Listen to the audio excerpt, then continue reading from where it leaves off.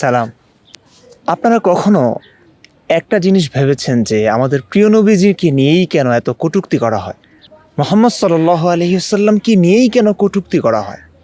নানান জায়গায় শুনবেন আপনারা। আমাদের প্রিয় নবীজিকে নিয়েই কটূক্তি করা হয়েছে।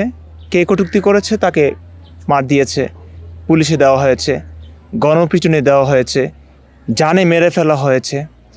এত সব ভয়কে জয় করেও কিছু মানুষ এত রিস্ক নিয়েও আমাদের প্রিয় নবীজিকে নিয়েই কেন কটূক্তি করা হয়?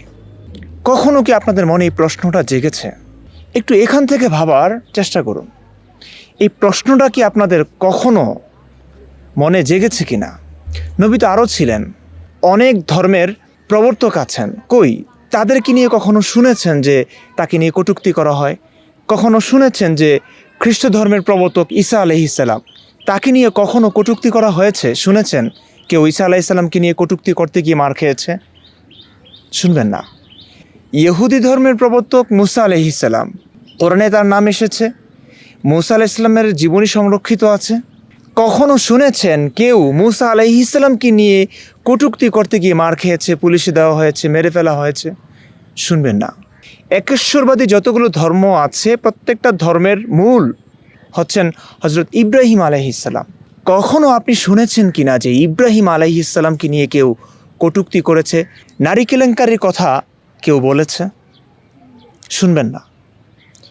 যত কটূক্তি, কটু বাক্য কিংবা নারী কেলেঙ্কারি, চরিত্রহীনতার কথা আপনারা শুনে থাকবেন শেষ নবী, আমাদের প্রিয় নবী হজরত মুহাম্মদ সাল্লাল্লাহু আলাইহি ওয়াসাল্লামের ব্যাপারে। কিন্তু কেন? কখনো কি আপনাদের এই প্রশ্নটা জেগেছে যে যেই কটূক্তির কারণে মার খাচ্ছে কিছু মানুষ, যেই কটূক্তির কারণে কিছু মানুষের জীবন যাচ্ছে, কিছু মানুষ জেলে যাচ্ছে, সেই কটূক্তির ভাষাটা কি? সে কি আসলে বলেছিল আমাদের প্রিয় নবীজিকে নিয়ে? মিডিয়াতে আপনারা এটা শুনবেন যে অমুকে কটূক্তি করতে গিয়ে ঢাবি শিক্ষার্থী বহিষ্কৃত হয়েছে, কেউ জেলে গিয়েছে, বাবা ছেলেকে পুলিশ ধরে নিয়ে গেছে, এমন অনেক কিছু শুনবেন। কিন্তু কখনো কি আপনাদের মনে এই প্রশ্নটা জাগেনি যে কি কটূক্তি তারা মুহাম্মদ সাল্লাল্লাহু আলাইহি সাল্লামকে নিয়ে করেছিল? কটূক্তির ভাষাটা কি এবং কোথা থেকে এই কথাগুলো সে বলছে, কেন বলছে? সে কি মিথ্যা বলছে নাকি সত্য বলছে?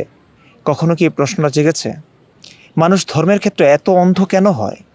যদি এই দুটি প্রশ্ন আপনার মনে জাগতো, তাহলে আমার মনে হয় না দুনিয়াতে মুহাম্মদ সাল্লাল্লাহু আলাইহি সাল্লামকে নিয়ে কটূক্তি করবার কারণে কেউ মার খেত। কারণ প্রত্যেকটা মানুষ আপনারা বুঝে যেতেন যে আসলে নবীকে নিয়ে যে কটূক্তি করা হয়, কটু বাক্য করা হয়, নারী কেলেঙ্কারির কথা বলা হয়, এগুলো একটাও মিথ্যা কথা না, সবগুলোই সত্যি, সবগুলোই কোরআন হাদিস থেকে পাওয়া। দেখুন, ইসলামের যত সমালোচক ছিলেন 1450 বছর ধরে নবীর যুগ থেকে নিয়ে, সমস্ত সমালোচক বিরুদ্ধচারণকারীদেরকে নির্মমভাবে মেরে ফেলা হয়েছে। এখনও যারা নবীকে নিয়ে কিছু কথা বলছে, কটূক্তি করছে, তাদেরকেও কিন্তু মেরে ফেলা হচ্ছে, মব জাস্টিসে মারা হচ্ছে, পুলিশে দেওয়া হচ্ছে, তাই না? কিছু মানুষ তো নবীকে নিয়ে কথা বলবার কারণে শেষ হয়ে গেছে, জীবন শেষ হয়ে গেছে। তারপরেও কিন্তু মানুষ থেমে থাকছে না। এত রিস্ক নিয়ে কেন কেন কথা বলছে আমাদের প্রিয় নবীজিকে নিয়ে? কেন? শুধু এই প্রশ্নটা জাগান অন্তরে এবং একটু ঘাটাঘাটি করুন। যতগুলো কথা বলা হয়, নবীকে নিয়ে যা বলা হয়, সবই সত্যি এবং প্রাসঙ্গিক। অন্যান্য নবীকে নিয়ে কথা বলা হয় না কেন, শুধু এই প্রশ্নটা করলে আপনি এর উত্তরটা পেয়ে যাবেন। আপনি দেখুন, মুসা আলাইহিস সালাম পুরো জীবনে একটা বিয়ে করেছেন, ঈসা আলাইহিস সালাম পুরো জীবনে বিয়ে করেননি। একেশ্বরবাদী ধর্মের মূল হচ্ছেন হজরত ইব্রাহিম আলাইহিস সালাম। হজরত ইব্রাহিম আলাইহিস সালাম কয়টা বিয়ে করেছেন? কয়টা? সারা, হাজেরা, সারাকে প্রথম বিয়ে করেছেন, সারার বাচ্চা হচ্ছিল না, সারা নিজেই তার বাচ্চা হয়নি বলে বাচ্চার জন্য, সন্তানের জন্য, ভবিষ্যতের জন্য তিনি হাজেরাকে গিফট দিয়েছেন, উপহার দিয়েছেন স্বেচ্ছায়। হাজেরাকে বিয়ে করেছেন। তারপর সারার মৃত্যুর পর ইব্রাহিম আলাইহিস সালাম আরেকটা বিয়ে করেন, যেটা ইসলামিক ইতিহাস থেকে পাওয়া যায়। কন্তুরা বা কতুরা নামে একজন মহিলাকে বিয়ে করেন। 3 জন, তাও একসঙ্গে না, এক স্ত্রীর মৃত্যুর পরে। অন্যান্য নবীদের ক্ষেত্রে আপনি কটূক্তি শোনেন না, কারণ তাদের জীবনে এমন কিছু ছিল না।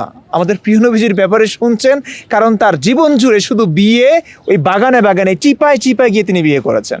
অস্বীকার করতে পারবেন?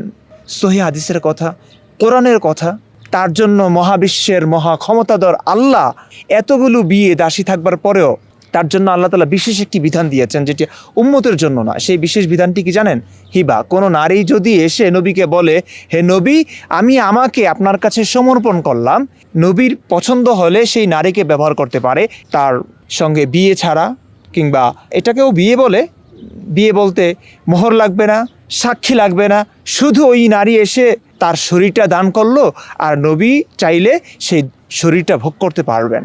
আপনার কি মনে হয় নবীর এতগুলো স্ত্রী থাকবার পরেও, এত দাসী থাকবার পরেও নবীজির জীবনে এমন একটি বিয়ের প্রয়োজন ছিল? সূরা আহজাবের 50 নং আয়াতে তাই আছে। দেখুন, এতটা অন্ধ হবেন না। আমরা কেন কথা বলছি?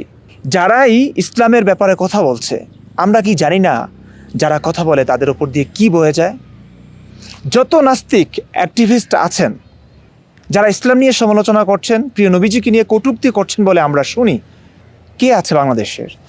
যারা বলেছে অসংখ্য মানুষকে মেরে ফেলা হয়েছে, অভিজিৎ রায় থেকে নিয়ে হুমায়ুন আজাদকে মেরে ফেলা হয়েছে, এবং যারা এখনও বলছেন, কোন পর্যায়ে গিয়ে তারা বলেছেন, কিংবা বলতে গিয়ে তারা কোন পর্যায়ে গিয়েছেন জানেন? মুফতি আবদুল্লাহ মাসুদ, তার 14 গোষ্ঠী আলেম, নিজেও একজন জাজ্জেল আলেম, তিনি তার দেশে তার অবস্থানে খুব সুখে ছিলেন, তারপরেও কেন তিনি নবীকে নিয়ে সমালোচনা করছেন? কেন? এই সমালোচনা করতে গিয়ে কি তার কোনো লাভ হয়েছে? হয়নি। দেশ থেকে বিতাড়িত হতে হয়েছে, তাকে মারতে চেয়েছে, মৃত্যুর দ্বারপ্রান্তে পৌঁছতে পারেনি, সে দেশ ত্যাগ করেছে। তার সন্তান সন্ততি আছে, স্ত্রী আছে, পুরো সংসার রেখে, বাচ্চা কাচ্চা রেখে, স্ত্রী সন্তান রেখে অন্য একটা দেশে যাযাবরের মতো জীবনযাপন করছেন আজকে প্রায় 8-9 বছর ধরে। এটা কি জীবন? আসিফ মহিউদ্দিন ভাই বলছেন নিজের দেশে যেতে পারছেন না, তিনি বলছেন তিনি কিন্তু কোপ খেয়েছেন, কোপ। আসাদ ভাই, উনিও মাদ্রাসার ছাত্র, একটা সময় মাদ্রাসায় ছিলেন, মুসলিম পরিবারের সন্তান, নাস্তিক আসাদ ভাই, তিনিও কি জেলে যাননি? তাকেও কি মারতে চায়নি মানুষ? এগুলো আপনারা জানেন। এত রিস্ক নিয়ে কোন পাগল নবীকে নিয়ে কটূক্তি করতে যাবে আপনি বলুন তো? আসল ঘটনা হচ্ছে, ইসলামী ইতিহাস জানবার পরে, নবীর এই সমস্ত ব্যাপার, পার্সোনাল ব্যাপারগুলো জানবার পরে, একজন সুস্থ মস্তিষ্কের মানুষ, নীতি নৈতিকতা সম্পন্ন একজন মানুষ মেনে নিতে পারে না। তখন নৈতিক দায়িত্ব থেকেই মানুষকে সতর্ক করে, সচেতন করে। এই কথাটুকু যেদিন বুঝবেন, সেদিন পৃথিবীতে শান্তি আসবে। আমি আর কিছু বলছি না, শুধুমাত্র আমার কথাগুলো একটু এখান থেকে না, ইমোশন থেকে না। ব্রেন কি এখানে থাকে? আমি জানি না, মাদ্রাসায় পড়ে আসলে বিজ্ঞান টিজ্ঞান তেমন একটা জানি না। এখান থেকে একটু ভাববেন। আমি আপনাদের শত্রু নই। আজকে আমাকেও মারতে চাওয়া হয়েছে, আমিও পরিবারের কাছে নেই, যাযাবরের মতো জীবনযাপন করছি। আমি জানতাম সব কিছুই আমাকে মেরে ফেলা হবে এই প্রশ্নগুলো করলে। আমার অবস্থা ওই হুমায়ুন আজাদের মতো হতে পারে, অভিজিৎ রায়ের মতো হতে পারে, রাজীবের মতো হতে পারে। আজও যারা কত মানুষ বলছে, হিন্দু, মুসলিম, আস্তিক, নাস্তিক, জ্ঞানী গুণী সকল মানুষ মিলে কেন নবীকে নিয়ে কটূক্তি করছে? কত রিস্ক নিয়ে করছে? কি, কোন স্বাদে, কোন আনন্দে? আনন্দ তো না। একটু ভাবুন, জাস্ট কোরআন হাদিসটা পড়ুন। দেখুন, আমরা কোরআন হাদিস পড়ার কথা বলি, বুঝে শুনে পড়বার কথা বলি, কিন্তু যত নাস্তিক আছেন আপনারা দেখবেন, আলেমদের কাছে যান, আসিফ মহিউদ্দিন ভাই প্রতিনিয়তই আলেমদেরকে চ্যালেঞ্জ দিচ্ছেন, আহ্বান জানাচ্ছেন যে আপনারা আসুন, ইসলামটা আমাদেরকে বুঝিয়ে দিন, এই প্রশ্ন আছে, ইসলামের এই সমস্যা আছে, চলুন আলোচনা করি কোরআন হাদিস থেকে। নাস্তিকরা প্রতিনিয়ত আহ্বান জানাচ্ছে, কিন্তু কোনো আলেম তাদের সঙ্গে বসতে চাচ্ছেন না। কেন? নাস্তিকরা প্রতিনিয়ত বলছে কোরআন হাদিস বুঝে বুঝে পড়ুন, কোরআন হাদিস বুঝে বুঝে অর্থসহ পড়ুন, পুরো ইতিহাস জানুন, তারপর আপনি যদি মানতে চান ধর্ম, মানুন, আপনার ব্যাপার। কিন্তু আলেমদের কাছে যান, তারা বলবে যে নাস্তিক আসিফ মহিউদ্দিনের লাইভ শুনবেন না, তাদের কথা শুনবেন না, ইমরান বিন বশিরের কথা শুনবেন না। আমি নাস্তিক না, তারপরেও প্রত্যেকটা কথা কোরআন হাদিসের বলছি, তারপরেও মুফতি আবদুল্লাহ মাসুদের কথা শুনবেন না, আসাদ মহিউদ্দিনের ভিডিও দেখবেন না, এমনটাই বলবে তারা। মাথায় কি একটু ঢুকছে না? বিবেককে কতটা বিসর্জন দিলে আপনারা বুঝবেন? কতটা?